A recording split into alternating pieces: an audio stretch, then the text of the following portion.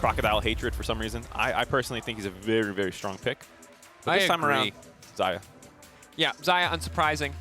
Question is, what is the option on the opposite side? Wouldn't be surprised to see Rakan at this point. You could wait on your AD, but since you're probably picking Kaisa anyway, just slam it. Rakan plus jungler would be my guess, since there's no rush to pick your support or your AD at this point. Yeah, the Rakan takeaway feels like a must. We have seen a couple games now where people do not do it and are swiftly punished.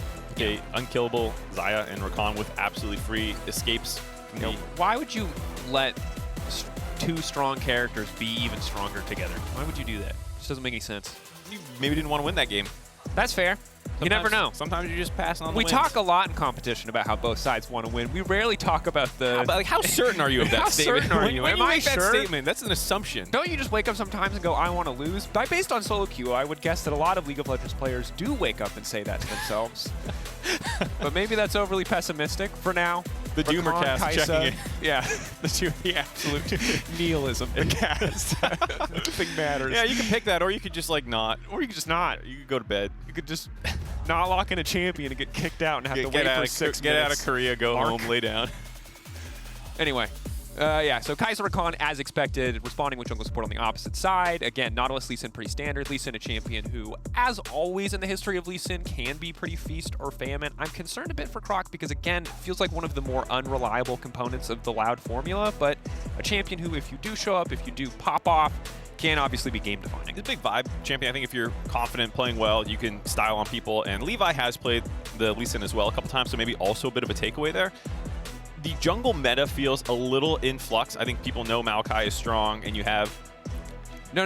Continue your point. Okay. I held up my hands like I was going to say something because I have a follow-up to your statement. Please. Okay, so I was just going to say, it feels like the power rankings might flip around in the future. I think Lee Sin can be strong. Jarvan is one of these pick ban champions, but now seems to be dropping in priority as the early stages have progressed.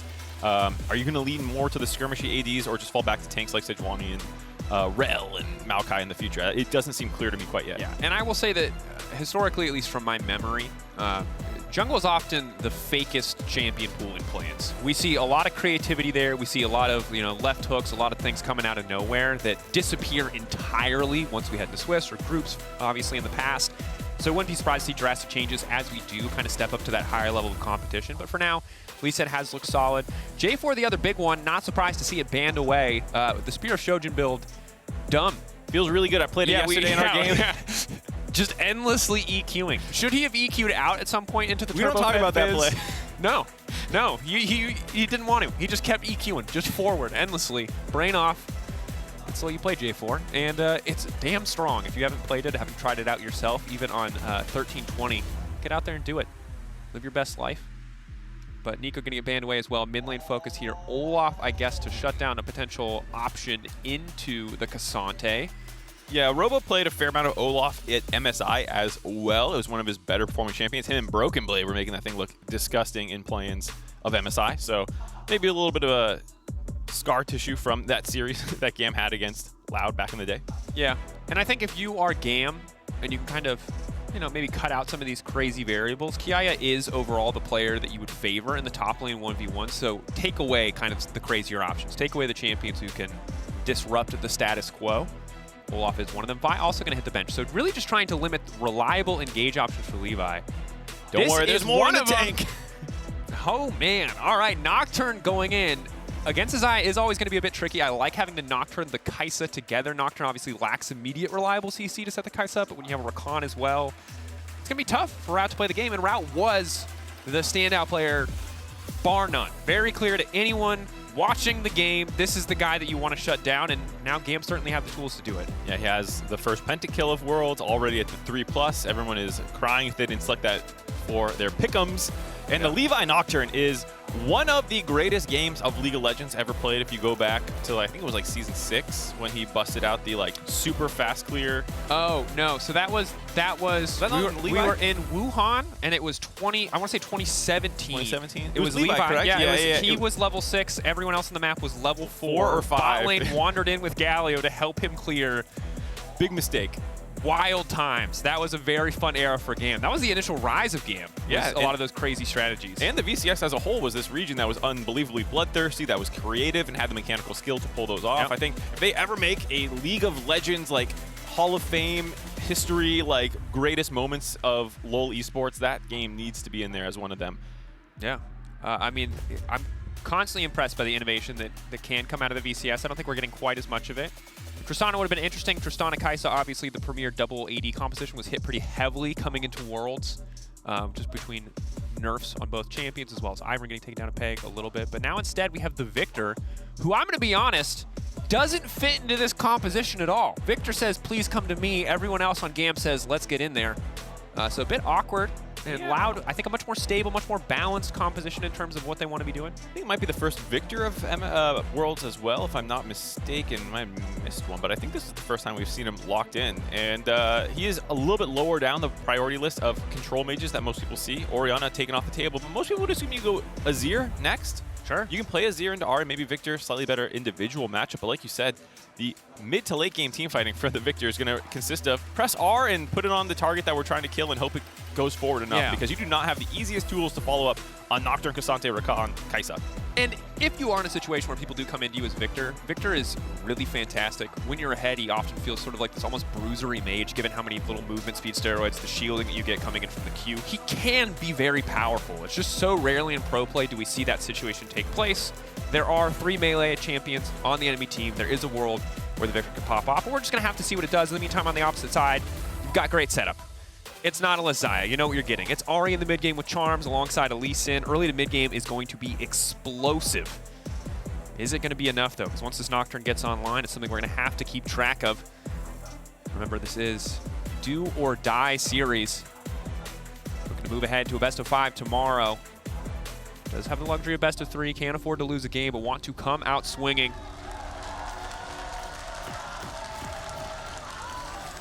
Elimination day, game 1. Loud versus GAM. I'm excited to see if they can pull it off. You can hear a lot of support, I think, for Loud, if I can understand that crowd chant. Hold on. Yeah, is that Loud? Yeah, no, that's Loud. Yep, definitely Loud. They show up. At MSI, the Brazilian crowd was going crazy behind us, bringing a ton of energy compared to when other regions were playing. Yeah, and I will always respect that level of fandom. We're going to see for a brief moment. On to spamming some voice lines. All right, no one. All right, what? Anybody? No? All right, no one's going to kill each other. And as a reminder, of course, if you want to earn exclusive Worlds 2023 like icons and emotes, you can log in and watch the games on lolesports.com. It's got some cool functionality, some stats on the side you can watch as well. So, cool platform. Get rewarded for watching on it. And now, as we look back in on the game, still no one has killed each other, which is a bit disappointing. Shocking. Cowardly gameplay. As a play-by-play, I look forward to one thing and one thing only, and it is teams fighting for very little reason. I also agree, so I do not need to comment on anything. I just leave you to go. I'll go take a lap around the building. You handle this never-ending team fight. Yeah. Instead, I guess we could talk about strategy. Champions, scaling. Lane matchups. Yawn. Big yawn. So, speaking of the strategy, curious to see if Levi does anything. Historically, when you look at Nocturne, obviously a champion that you're like, oh, power farm to 6. But if there is decent setup, which there is on the bottom side, and he has started on the top side, so he can clear top to bot, there is room for him to get in for early ganks. Champion does a lot of damage. That said, kind of just expecting a relatively chill early game from the side of GAM, whereas Croc is really the one who needs to try and get something done with this early game Lee Sin. I think you're especially going to see a lot of focus out of Loud around the mid lane, because it does feel like one of the more punishable ones on the enemy side. It's also where you have a lot of the best setup. Of course, you can make plays in any lane for Croc, and this is exactly what you want when you draft a Lee Sin, is you want to have an abundance of options. So if something goes crazy in the bot lane and someone loses flash, you can then punish that. It's very easy to follow up on, and it's a very good composition in that sense. And you do still have some assurances in your scaling with the Xayah. So I do like Loud's composition for GAM. We already kind of talked about some of the maybe different ideas that the comp can go for, but at the very least, like you said, there are a lot of short-range champions on Loud, so you can always just drop your EQ on top of people and just drop tons of damage. Yeah, absolutely. And I think as we get into the later game fights, I'm curious to see what Robo is going to be able to do against these champions, because again, against a lot of these melee champions, if Aatrox is ahead, he can wreak havoc as a champion who I think is very strong. I expect to see more of. Worlds is a nice little invade here. Loud leveraging their early bot lane priority, power that Xayah wave clear, to come in and contest Levi on the objective. Lee Sin coming in as well. Spell shield already used. Nice sidestep comes in from Levi. Surely he's going to have to just flash out here. Taking his time on the wander out. Is he just going to accept his fate? Rakan now coming in. Is he going to try to get out without flash? Now he's finally flashing to safety. the patience pays off. I think if he flashes over the wall, it's easy for Croc to flash follow and confirm the kill anyway. So very good patience coming in from Lenny. Yeah, it would have been a big panic flash if you just go over the wall, like you said, easy to fall. So it takes a little bit of greedy time to kite back the other way, and he was able to do that without burning other sums from his bot lane. I was worried that was going to be one of those spillover plays where you're like, save me, and everyone commits everything, saving Private Ryan, then suddenly Pallet's losing his flash and stuff like that. But they're able to get out. Sort of who saves the saver sort of situation. Pallet will back away. Goes down for route. Yes as well. Ignite down. So they are giving up some of those summoners to come move in and contest. It does still slow Levi's clear down, but because Lee Sin is in the area as well, ultimately not too bad for GAM. And I like the aggression out of Loud level 1 or level 3. Excuse me. This is exactly what we were hoping to see when we talk about some of the playmaking that they have. Burn flashes, get in there. Levi has not been too slowed down with this clear. Did have to leave up that bot side of the jungle, but it was not actually stolen away. So you can eventually maybe get down there, pick those camps up. Just went to the top side for now. And of course, you do want to hold down a Nocturne if possible. Yeah. And I think the other big thing, anytime you have these level 6 champions with globals or semi-globals, one of the big things that casters, you'll hear casters talk about, or teams talk about, is the importance of those first couple ults. It's the same story with Twisted Fate. It was the same story with Pantheon, although less so last time we saw him in the meta. But those first ults are really impactful because the cooldown is so damn long. If you don't get something out of it, this ult that you worked to for so much of the early game, amounting to nothing, just makes the champion feel completely worthless. So again, tracking the Nocturne, tracking that level 6, but Loud get late prio again, this time knowing that they are safe to do so, walk in, they take the camp away. So now Nocturne, a camp behind with no new camp to be replaced. We'll have to invade if he wants to get some of that back. The positive side of this for GAM is that Kiaya has known where Croc is this entire time and seems to have been able to use that to get a lane advantage. Now it. Trading his health for routes overall could be positive, but again, there's just not much of an angle here to get anything done on the bottom side as of yet. Nope, just trying to punish Slayder over and over. That was one of the big areas that Loud got some advantages in their first matchup. Punishing Slayder, who had a very off series. Hopefully going to have a better one this time around, because people might not remember from day one, GAM got a Baron. GAM should have won that game, and then they got really greedy with it, pushing in on the bot side of the map where it got turned around. So hopefully they have learned their lesson and will come with a little bit more reserve play if they do get big advantages. Yeah, and I will say for the VCS as a whole, it was a wild playoff run. I think Goldberg has already mentioned Team Secret, but there were so many games in their playoffs that were decided by big Baron flips, ultimately. Uh-oh. And that's something that's going to count against them. Is now Robo forced to flash out to safety. Excellent play from Kiaya thus far. Howdy. Trying to get out, trying to sidestep, but they're just taking their time. Wait for the charm. Easiest first blood setup ever. Viktor just accepting, getting walked down slowly but surely. Yeah, tinowns just dashing at his face, forcing him to make a play, and eventually the flash comes out trying to predict the charm that tinowns never threw until it was too late. And using that mobility to hop on top of him, the wave was not in a good spot. The fact that you could dash 3 times and still not be under the enemy turret means that Kati might have been a little too far pushed forward. Yeah. And that's frustrating. Obviously, you just want to get as much of that early CS as possible, as well as, I mean, honestly, hopefully an assist or two, just to snowball, just to get those early Viktor augments. So falling behind early, again, it's a control mage. You know it's fine. It's okay if it falls behind a little bit, but going to make it that much harder for GAM to really do anything meaningful in bigger fights, and certainly going to affect a potential 3v3 topside. Herald, 1 minute and 4 seconds, counting down until that will be up. And right now, with the pressure that Loud have on the map, it should be easy pickings unless GAM want to try and force the 3v3. Yeah, we'll see how they want to do it here. Crashing a wave right now, Loud, means that they can get a little bit of chip damage down this turret, get your first couple plates, then maybe get a reset off and move to the Herald. See where they want to go around the map. I gotta say, Kiaya did get that flash on the top side, so it's not all true for GAM right now. They do have one part of the map that is at least winning around 15-ish CS. It's been bouncing around for Kiaya. But now Croc wants to get involved with the pink ward that they dropped down, so they know where Levi is and what he's doing exactly. Levi now sees the Lee Sin in his jungle. Pullback gonna come through. Now the Q2, Q3, big damage, and again, clean and simple. Loud, just walking into these kills. They're not burning flashes. They're not getting over aggressive. They're not wasting cooldowns. They're just making it happen in the enemy jungle. And I gotta give credit to Robo there. He started that play off about 1.5 minutes ahead of time, running to the enemy jungle, dropping a pink ward down so they knew exactly when and where Levi was. That ward was not swept out. You can still see it there in that part of the map. And very easy to go ahead and now combo that with that Rift Herald, though Kiaya is trying to do his best to stop it. Checking in on the experience, Levi, the one that you need to watch. He has been delayed from approaching level 6 at this stage. Once he gets that, maybe they have the tools to contest, but there are no camps here for him to take. This is a spectator Rift Herald. Levi's in the area. He's clearing out the vision. GAM came to watch for a minute, just so Loud could show them how it's done, but yeah, sadly, we see there's you, no bro. reason. Nah, one of those plays. It's a difficult situation. If you go bot side, you're 100% conceding it. You think maybe if they fumble something, we can make a play, but there's no play to be had. And for now, Loud playing much cleaner in the early game. They are leveraging the priority that they have in lanes. They managed to make plays despite a losing top side, but now the counter punch coming in from GAM, the flash out from Nautilus, is good.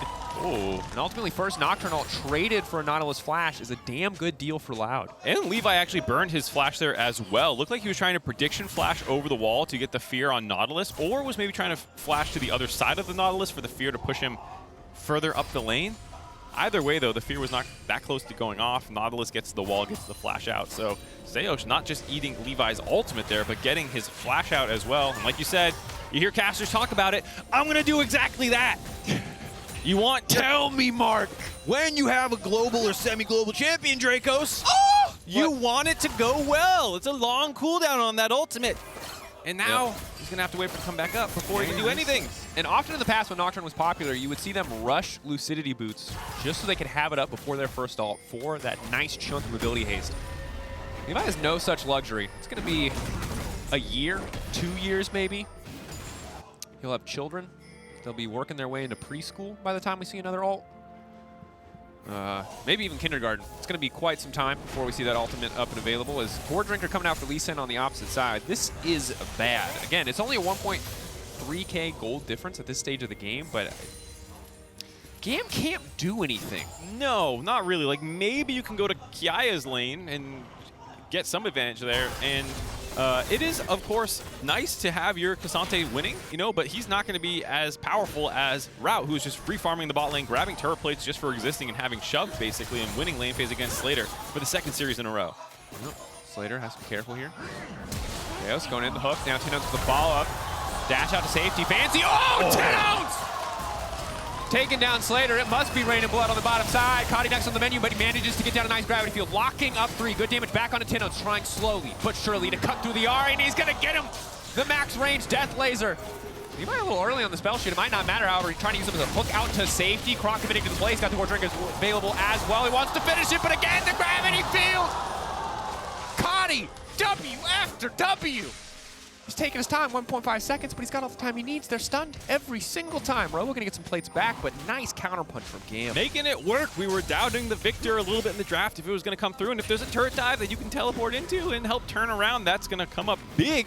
Getting those 2 kills, he is a very strong scaling champion who might be able to stuff these dives from Loud if they keep coming in. That was a nice turnaround there. Did cost a lot of resources, though, out of GAM, giving Robo some free time to catch up in the top side of the map. Still a pretty net even play at the end of the day. Yeah, but it's little moments like that that we need to see more of, at least punishing some of the more aggressive play from Loud. Respect to Loud for trying to snowball their advantage, and clean play initially from tinowns, but GAM making sure to punish, making sure that it just doesn't get too out of control. If you do not get those counter kills there, I think the entire game just starts to fall apart. We're only 12 minutes in. Plates are still on the table, and I just feel like any mistakes you make as GAM are going to be incredibly costly. Yeah, I think one of the biggest things when looking at professional League of Legends is for the backbreaker play, the thing that fully breaks the game open, where you can no longer contest anything except for when people make a big mistake. It would be the Dame Aelin to Lororic backbreaker. Yeah, that was one of those the plays. real ones who get that reference. Yeah, you're a real one. That was one of those plays where if you don't get those cleanup kills and you just dive the bot lane, get a bunch of kills, and then break turret bot lane completely open, suddenly GAM has no place to make the rest of the map. And the fact that the Viktor does get 2 kills keeps them somewhat relevant in this game, though still on the back foot. Yeah, and I think it's going to be important to track to see how GAM set up, if they can set up around these objectives, because that's when Viktor's going to feel powerful. If they're wandering into objectives late, they're not going to be able to do a lot. Herald is going to charge here. Some nice money to have. Ulti coming out. We saw this play just a couple minutes ago. Robo once again able to make it out to safety. Pull back. Kiaya now going over for the follow-up. Knocks him down. The desk called it out. We see it come to life on the top side. Kiaya finding the solo kill. Yeah, Robo thought he was out, had his flash up, would have needed to flash the Q3 to get enough distance. That knockback keeping him in range for Kiaya to just go over the wall. Also had his flash. That's why you would need to flash the Q3 to get that extra distance. Not able to get it done, but Robo doing top lane things. Losing lane, winning game. We're chilling, absorbing pressure as we get the dragon. Yeah. Ooh, and this is a play we got to take a look back at. Watch tinowns here. This is what's sick nasty. Oosh! The Ahri flash forward pullback on Q. Second part of it, very nice. Yeah. And here, kind of caught him in a rock and a hard place. He could have ran down, I thought, to get further away from Viktor's gravity field. It does scale on speed based off distance from Viktor, and so if you ran south there, but then you'd be just running into the waiting arms of the Ksante. Chose not to do that, and almost saved Levi there. Not able to get it done. Back's alive. Lockup coming in. Pallet locked up. They've got too much damage, but Rakan got a stopwatch. Is it going to be enough? He is able to make it out to safety. Well played by Pallet to survive. Forced to burn an important cooldown. Manages to walk away with his life. That said, the tower, are they going to have enough tools to protect it? And again, we're in a situation where Kiaya forced to come bot lane to protect the play, and Robo, the one who benefits. Robo, the one who's going to get some time alone on the top side with this tower. Yeah, you look at the CSD at 14, suddenly, hey, pretty even lane phase, guys. Look at the stats, don't look at the context. Robo went mostly even, one death, whatever, that happens. Otherwise, he also had that great pink board. Look, man, MasterCard lane economy snapshot. Bam, this is the moment where we took the picture. Tiny lane gap, Therefore, 220 gold. This is bam. The beauty of a snapshot. That's all we care about. Yep. It's like the post-game screen where your AD carry is 9-1, despite the fact that they were 0-0-0 for 30 minutes. Doesn't matter. Carried the game. They should have been team fights. Yeah. No, just a bit of a rough game for Robo, but the rest of the Loud looking incredible. The mid and bot side very much going in their favor. And we were hyping up Route for a reason. He is the primary carry for this team. They know it. They're sending a lot of resources down there to help him out. You can see a lot of the plays keyed off the fact that they're getting pushed in the bot side of the map. Then Croc invades, then they spill over down to the bot turret for those dives. Did not end up breaking that turret, though. It is actually Robo who, because there's so much pressure down the bot side that GAM has to respond to, Robo is actually able to just take top turret for free. Yeah. And now, tinowns is going to be able to grab this tower. Top turret down, obviously from the side of Loud, but they might fish for the dive here onto Robo. Again, trying to punish one of the weaker sides of the map. Nocturne all coming in. Ignite already ticking. Early Ignite just to make sure there's no Aatrox healing, but out he goes! World Ender out to safety. There's no wave there really either to play around the tower, so they're going to try to push for more. But now Ksante, can he hold on? Slayder off in the area. Croc getting over aggressive, a kickback. Oh, he's going, trying to finish the job. Croc, no! Oh, his mind was telling him no, but his body was saying yes, yes, yes, and all of Loud saying no, no, no. That play did not work out.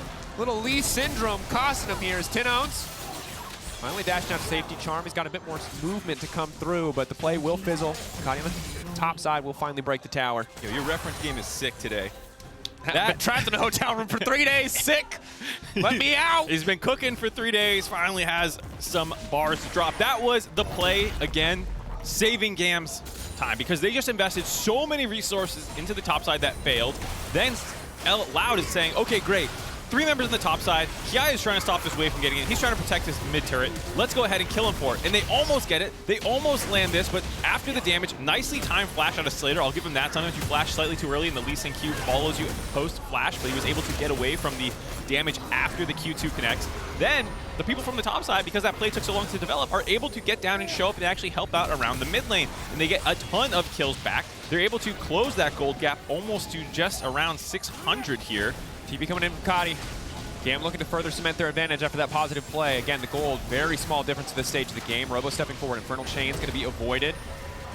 Kiaya strong, just going to step in, pull the Lee Sin back. They're going to try to one-shot the jungler as quickly as possible. Croc had a fantastic early game, but now he's just getting knocked down. Pallet flash out to safety. He's safe for now. Robo getting pulled back. tinowns waiting over the wall. They can't quite find the angle. Nocturne going in. Feathers are going to fly. Levi needs to be flawless with spell shield timing, but he's not even going to get the opportunity. Levi finding one another coming through. Robo getting pulled over the wall by Kiaya in the fights.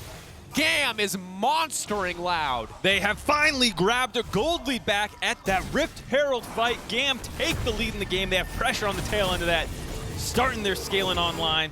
Kati up to 4-1-1, but the start of this play, the fact that he's zoning the bot side from being able to collapse, so it's a 4v3, and Kiaya says, great, I'm charging in there. He gets the double flip back on Q3, allowing Croc to be the first target that they melt. Finally, the bot lane of Loud has caught up here, but the fight's already over, and Kati just continues to threaten the backside of the fight.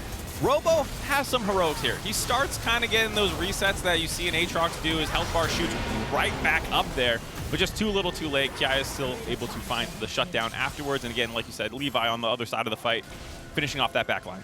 Yeah, and if you looked at the damage during that fight, about 3.6k Kati over the course of the fight. Kiaya at 2.6. Just crazy. Goal difference over time, obviously telling us the story of this game. Powered by AWS. Right, I'm going to be honest. I was ready to just apologize to Croc. I said I was skeptical about his Lee Sin, and it was so good. And I just feel like that play on the mid lane, he got ahead of himself. And you talked about the backbreaker play. And I think that into that fight we just saw was the backbreaker play.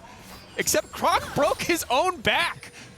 It's like he just jumped onto the other guy's knee. Or it's like when you have the guy right over the head and they do that weird spin thing down and they flip it around, suddenly you're flipping the other guy on his back. I don't know what that's called. I haven't watched enough WWE. Someone else can let us know. Stress is somewhere watching Stress, this. yeah, if you're watching, let us know. But that sucks for Loud because again, I felt like their early game was pretty immaculate this game. Yeah.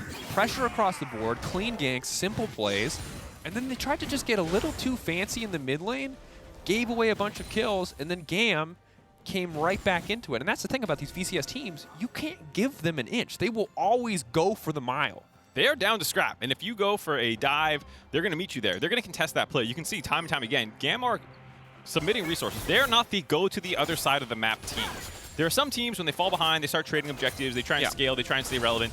GAM, and generally speaking in the VCS, they are the scraps. They're ready to go, oh, you're going bot, we're going bot. We're going to cover that dive. And it puts a burden of mechanical execution on you to actually convert on those plays. And should you come up short, they will punish you. And that's how they got back in this game. They contested on the bot side, they kept it close. Mid lane, they finally flipped it around. Then here at the Rift Herald fight, third fight in a row, that GAM was able to come out on top. And Loud's comp is admittedly kind of difficult to play. If you're not landing charms, if you're not landing the kickbacks from Croc, if you're getting split in these fights and not assassinating someone out the gate, you're going to do less damage than GAM's composition, just fighting front to back kind of, and with their backline flying in. Yeah, and it's going to be tricky, because ultimately, where are you using that Lee Sin kick? You know, who are you kicking? Where are you going to find that angle and that opportunity? It's difficult to find a meaningful impact. And Croc, once again, caught out here. Herald has been utilized. Ignite now ticking, just barely able to heal up. Nocturne ult coming in, but won't be able to find a target. Looks like he dropped out of vision just in time. Pal stepping forward, just maybe hoping to catch Croc out. Of course, Lee Sin lifesteal buffed coming into World, so was able to heal up pretty quickly on the camp there. But mid lane tower broken open, and this is where the game starts to get a lot easier for GAM. tinowns fishing for these picks, and I think this is what Loud have to do to try to find a way back in. Yeah, I like Loud stepping forward here with the amount of resources that were kind of used to find the kill onto Croc. Multiple ultimates down, 4 of them, and not finding that kill gives Loud space to finally step back forward, get involved, start clearing out this vision. But the way that they're going to win this game is most likely through pickoffs, which means you're going to need to find avenues that are not warded out by the enemy team to find those backline targets like you're saying. You're probably trying to kick the Kaisa or the Viktor if you can ever find them without the rest of the team around them. Go for them. If it's straight team fighting, if you're just meeting it up at objectives, it's probably going to be GAM favored. Certainly is. And I think this puts even more pressure onto the players featured today in our featured matchup presented by Mercedes-Benz, Rout and Slayder. You know, for Slayder, I think his life is easy now, because in the laning phase, Rout absolutely was getting the better of him. If that had continued, you would expect the Xayah to take over fights, no question. But Slayder, as much as he's the focus, the center of attention, the rest of the team have now made his life so easy because he doesn't have to be the superstar in fights. Yeah, he just gets to leap into the backline, try and one-shot an Ahri, maybe a Xayah, or just hit frontline. He's going to be chilling. He is chilling, and you can see the Quick Blades, Kraken Slayer build. There's been a lot of debate about the right Kaisa build. She's a champion that can kind of build anything, but of course, that doesn't mean it's optimal. Sure. And in this game, there's not a ton of frontline to punch through. Robo is sort of the tankiest, but that's more through like drain tanking than resists or anything like that. Yeah. But was behind in the game, and so did not go for the lethality build, which I think I personally like a lot. If you're ahead or there's not that many tank champions, go in there, blow people up, especially with this kind of composition, I think it would have made a lot of sense. But being more DPS oriented here this time around, more front to back, kind of working with the Viktor kind of identity. Yeah, I think I like the adaptation coming in. Obviously, Quick Blades, Kraken Slayer can be strong overall, but the TP behind here. GAM looking to further press their advantage. A second TP now coming in. Nocturne to sow a little bit of chaos. Rakan immediately going in, but the feathers fly up, and so far the disengages come through. Kati immediately going to try to flashback out from Rout. The entire team forced to disengage. It is Robo versus the world, and Robo's doing all right thus far. Kicked over the wall. Croc now re-engaged coming in. tinowns, one more charge left on the dash. Needs to get the kill, needs to get the resets. Robo on the backside, maybe he can do it. tinowns going forward, wants to find the kill, but again, despite all of their efforts, Loud cannot find the angle, and it is all falling apart. They managed to get out, but they try to commit again. They try to turn it back in their favor. And at the end of the day, GAM stopped them in their tracks and set their sights on the Baron. GAM brute forced that fight, multiple teleports, the Nocturne ultimate, and honestly, Loud did a great job kiting that out. And there was a moment here where, again, we talk about the mechanical barrier of execution of this composition came up just short. Here, excellent ult out of Route to stay there, make sure he doesn't get charmed up by the Rakan. They managed to kite this one out. Route's threatening the backside. Here, Kati is going to get kicked right as tinowns dashes in with his Everfrost. And the miss of damage there, the fact that they were not able to actually just land that combination of the Lee Sin and Ahri together to get that kill, to get the reset, to then charge through the rest of the fight and potentially meet up with Robo, who was on that backside that entire time. If you get that first kill on Kati, you can probably reset most through the fight and actually maybe win it, or at the very least, do enough damage to stop the Baron going down. That does not happen. GAM is now completely in control of this game. And it's wild to see how quickly this game has turned around and how well GAM are now playing with the lead, because again, the early game was rough. This Nocturne looked pretty useless, but now is looking very relevant in these fights, especially when Loud have to burn so many cooldowns just to get away from the initial engage. It's kind of a field day for Levi once he sees these immobile carries, cooldownless, and just run in. Blue Trinket going to spot out the dragon happening. Not a lot to be done here, but again, Loud were able to grab a dragon early in the game, so it is not sole point. Kiaya stepping up pretty fearlessly. Good poke coming through here, but GAM trying to bully their way back to mid lane, just take control of this wave. Off on the flank is Pallet. Is Levi. Ult's available. And they fish for the fight here. tinowns walking out, marking the flank, spotting it, but tinowns Didn't see him. Didn't see him. Clean play around the vision, and instantly it just goes down. Flawless coming in from Slayder there, as now the fight's going to continue. A bit of a slow siege here. The kick back, the knockup going to deny it. It's going to stop it. Everything again. Loud cannot find the angle in these fights. Route's still standing, but everyone else is falling down. Robo trying to buy space for the AD carry. But Route's just not allowed to play the game. There is no room for the Xayah to maneuver. The featured matchup be damned, he does not matter. GAM breaking through, very likely to take at least an inhibitor. Will not be able to push for the win. It's just too early in the game.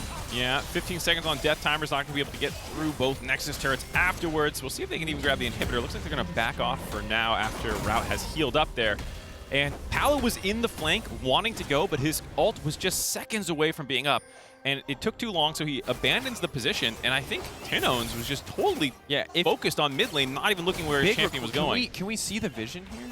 He's just walking right at him. Yeah, he's just not looking. You said he just didn't see him. I thought there was a vision bug. No, I mean like literally his camera was in mid lane. And this is what's frustrating if you're a Loud fan, is this was almost a perfect early game, but the hands weren't good. The brain has been pretty good this entire game, but just these little mistakes everywhere, plaguing this game for Loud. This is not how you wanted to start the series. Yeah, you can almost feel there's like this slight moment of hesitation out of Pallet being like, am I getting trolled? Am I trolling? Or is he baiting me? Yeah, like, is this a trick? Is there someone behind him? But no, as soon as that ultimate came up, Pallet was able to go flying in there. He's had a very good game, 0, 1, and 10. Had a rough lane phase, him and Slayder. No doubt about it. There is something that they will need to keep an eye on going forward in this series. But at the very least, once they're out of lane phase, the two have looked monumentally better than the first time Loud and GAM squared off on day one. Yeah. And right now, short of GAM throwing, which reminder, they did do the last time these two teams played. They threw a big gold lead. It's feeling like the GAM victory lap. Slow and steady, most certainly. Still need to play it well, but they have all the tools they need to end this game in their favor. And Loud don't have the tools to turn it back in their favor unless GAM misstep. That's the painful thing about this is their tools were at the sharpest in the early game. They were doing it pretty well, and then a couple just mechanical misplays over and over again leads to the point now where you're 7,000 gold down. They're starting to stack dragons on you. They got their first Baron, and now you're like, It's tough, man. Yeah.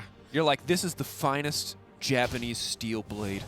The greatest katana ever made. And you're like, so I hit him with the side of it, and you're like, no! The blunt side. You're bludgeoning damage. I just hit him right on the horizontal side where it's thickest. You're like, no, that is not how a sword how you wield works. that weapon, Please stop. No. Taking a look at itemization, I love the Anathema's chains. Yeah. I'm such a fan of this item. It's just so frustrating. And when you identify that Route is the only late game damage on the side of Loud, as well as their best player, get this thing that makes it really annoying should your fear go off. And I love... Also, double Abyssal, because your Viktor is fed, is the greatest like high-five teamwork moment I've ever seen. Is it excessive? Arguably. I was going to say yes. Yes. Do you need two of the same aura for champions who don't really deal magic damage? No. Is that Viktor going to burn through everyone on an enemy team despite building a kind of weird tanky hybrid build? Yeah. I feel like somehow people finally realized what Abyssal Mask did. It took so long. This item has been stupid for so... I just want to say, as a long-time Abyssal Mask enjoyer, it does not matter what I think. The fight now breaking out. Route just forced to retreat here. GAM bullying in, but again, Loud holding the line pretty well. Have enough major cooldowns been burned that they can re-engage? The answer is no, because they need Route's ulti to be safe in these exchanges. Yeah, lost the Ghost, lost the ultimate. They burned a number of cooldowns peeling back. It was nicely peeled, but you get nothing for it. The enemy team, without Baron, is still grouping up and taking turrets in front of your face by threatening these kinds of engages. Of course, they did burn their own ultimates. You know, Pallet has to wait for his to come up and whatnot, but they're still buying space on the map. They're getting wars down. They're grabbing objectives. And now Baron spawning in 20 seconds. You can see them going for the reset. A little slow, but they should be able to get back on the map in time. And in the meantime, Loud is having to chew through so much of this vision that was already placed down. Yeah. Loud not even able to walk up confidently to clear mid out as Kiaya alone contesting this wave. So won't even have enough mid prio to come and contest that vision. This should cost Kiaya his life, but Loud just aren't confident enough to pull the trigger here. So Kiaya is winning the extended play. Robo now forced away. Pallet going over the wall, debating if they want to re-engage. Robo chunked out with no TP available. GAM's pick for the litter, kind of. Take whatever objective they want. For now, it will be the Infernal. It does mean conceding some of their Baron vision, but they seem unaffected or unfazed by that problem. Yeah, they have a lot of tools to get in quickly should the enemy team try to start that Baron in a trade situation. Obviously, Levi on Nocturne can fly across the map. Same thing for Slayder on Kaisa, so you just have Pallet running, zoning a little bit there by himself. The enemy team, or the rest of the team, burns down the Baron, then collapse if they need to. So nice little use of their potentially global abilities if they need to use them. Croc stepping up. There is some vision in the pit that is yet to be cleared by the side of GAM. Slayder has cleanse. Kati has Zanyas. It is very tough to start a fight and immediately win. You cannot just come up and sucker punch GAM. It is going to take some time. You're going to have to win the extended engage. And that's a situation where GAM are pretty heavily favored at this point, this kind of lead. Pallet once again on flanking duty, doing a good job trying to wheedle his way through the vision of Loud. Gonna get spot out on that pink ward. He goes a little bit further forward. And this is the difficulty for Loud, is that GAM is not just gonna start the Baron and get super low and let you jump on top of them and murder them all. They're gonna hover around that area, try and get you to face check them, look for opportunities for Pallet to catch you off on the side while the rest of the team has pressed forward into that vision to make sure they have not actually started off that Baron, because they do have a very, very fast Baron team here for GAM. If you do give them alone time, they can melt through it. Yeah, stepping forward. Immediately, though, GAM pulled the trigger. They try to find the angle. Levi on top of the back line. Everybody running. The entire team split. A beautiful pullback coming in from Kiaya. Croc now left all on his own, so Pallet gonna get immediately kicked out. Croc buying a bit more space for his back line, but he's already down. Slayder ults in, and Kiaya does not care, baby. Get the Ksante coffee pastas ready. This guy's making it happen, but Route desperately holding on, trying to fire back. Kiaya needs to be careful about stepping forward. Route, blast come through. GAM still have priority access to the Baron. Ultimately, 3 taken down 4-1, heavily in favor of GAM. Will be their Baron. Nice play out of GAM there, and Kati continues to come up big. The Viktor that we were doubting in the draft, showing that he knows exactly what he's doing, able to go 8-2-8 on this champion, blow people up. It was his damage that Robo was like, okay, I got my gourd drink, I'm ready to try and heal through this. Oh my god, my health bar. Started off by Levi, of course, going in there, kind of splitting the team up with the vision. A nice Q3 out of Kiaya, yet again flipping Robo back, and then annihilated. Kati and Slayder comboing together there, and then it's just easy chase down for the rest of the team. Yeah. And Loud are just spending this entire fight running. And Xayah runs pretty good. You see the feather setup here. You see the pullback. They are able to get one, at least slow GAM a little bit here, but GAM are so dominant now in these fights. Yeah, resetting on the map. Got all their items completed. Grab mid lane inhibitor, group up on one of these side lanes. Feels pretty cut and paste for the end of this game now, unless there's a massive stumble around Nexus turrets. Red Bull Baron power play coming through. Feels more like Red Bull 20 minutes power play. I don't know. That one wasn't great. Sorry. It's all right. We'll workshop it in the break. We'll come back. Everyone, forget you heard that. Forget you heard that. That was going to be a work in banger. Progress material. We'll figure it out. 45 minutes from now. Figure it out. All right. They cannot commit to the Rakan because they don't want to risk it, which is the perfect place to be as a support. able to walk forward, eat a bunch of abilities, and they're afraid to jump on you. Robo was in the top side there as well, doing a bit of split pushing, finish off his Sterix with that gold that he got. We'll see probably one more desperation play. One more pullback. Ksante again, unaffected by damage. Does get hit for the pullback. That's big. That could be a solid start to the fight. Again, burning through Kiaya, getting lower and lower. Massive shutdown for Loud. They need to pull the trigger. They have to fight. They're not going to get a better opportunity than this. But they can't afford to fumble. Nice cleanse coming through. Robo on the front line. Maybe this is their opportunity. The Viktor damage is massive, though. Burning through the entire team. Levi finally going to re-engage. And Slayder, it's his time to shine. His time to take over. A single pick, not enough. GAM now breaking their way into the base, bullying towards the Nexus. I don't know if they want to risk it here. Instead, happy to just have 2 inhibitors and walk away. For a moment there, it looked so good for Loud. They were melting through the front line of GAM, who were getting a little overzealous to pull back onto Kiaya, but they were not able to land damage onto the actual carries of the composition. And once they step too far forward, they blow them up. Starts out here, a nice chain landed by Robo. Not able to get out to the corner of the box, the furthest distance possible. That gets Kiaya back in there. They blow him up and they go, okay, this is the time. This is absolutely the right play. There's not many times you're going to kill the Ksante for free and have a chase down sequence. But right here, I got to say, Xayah misclicks onto Pallet instead of Slayder. I'm pretty sure there he was trying to target the Kaisa, ends up dropping his ultimate onto Pallet, and that enables Slayder to just charge forward totally unperturbed. And also, like you said, Kati was just dropping damage as Viktor does when you're trying to chase forward. And again, in a world where Loud are able to snowball their lead and you can just one-shot a Viktor and he's not going to do that much damage back to you, it's not a massive threat. But when you have to fight into the Viktor, the game is so much harder. And in goes the Nocturne. Xayah already feared, waiting over the wall. In goes Slayder, just going to look to take him down. The shutdown coming in. The kick is too little, too late. Lambs to the slaughter are Loud as GAM tear their way through the team comp once again, making it look effortless. It's a triple. Probably could give him a penta, but they're not even worried about it. Eyes set on the prize, eyes set on the win. They don't have a creep wave, but they have more than enough time to wait for it. I don't think they need it either. Kiaya should be tanky enough with the rest of the team to just brute force this down. You saw the power of the Anathema's chain there, keeping Route locked up for almost like 3 seconds there. Didn't even get his ultimate off. Well played in there. GAM taking the victory lap. tinowns out, tinowns down. GAM finding a win. Yep. Reduced tenacity, infinite fear duration, powerful turnaround after a lackluster early game from GAM. Once they got control, they never gave it up. And this is not the same team we saw play against Loud earlier in the tournament. Looking revitalized. And this time when they found a lead, they did not hesitate to close it out cleanly. I think it's going to be a good series, though, because cast your mind back to the beginning of this game. Loud had their moments. They had a great early game. They had the plays. They were being proactive to win this game. Just came up short. We'll have to see what adaptations they make heading into game 2. If they want to double down on that and just say, hey, we play better. Or you say, let's take a little bit more scaling, a little bit easier execution. Should we not completely dominate the early game? There's a lot of choices here to make for Loud. Yeah, I will say frustrating